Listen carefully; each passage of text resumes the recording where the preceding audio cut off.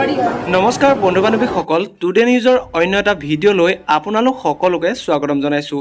Social মিডিয়াত viral হৈ পৰা এটা বিশেষ ভিডিঅ'য়ে এতিয়া আপোনাৰো মন মোহি পেলাব। শ্ৰেণীকোঠাতে ছাত্ৰজনে শিক্ষয়িত্ৰীৰ গালত চুমা আঁকি কেনেদৰে ক্ষমা খুজিলে তাৰে এটা ভিডিঅ' ক্লিপ আপোনালোকক দেখুৱাই ল'ব বিচাৰিছোঁ।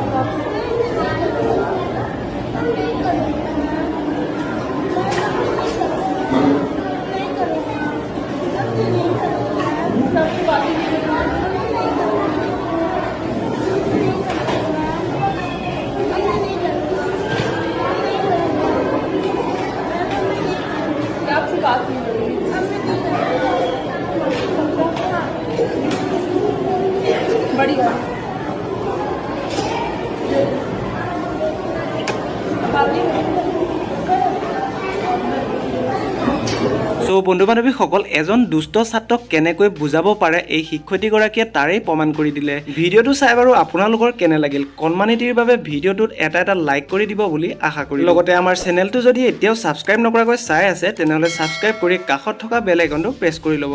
ধন্যবাদ।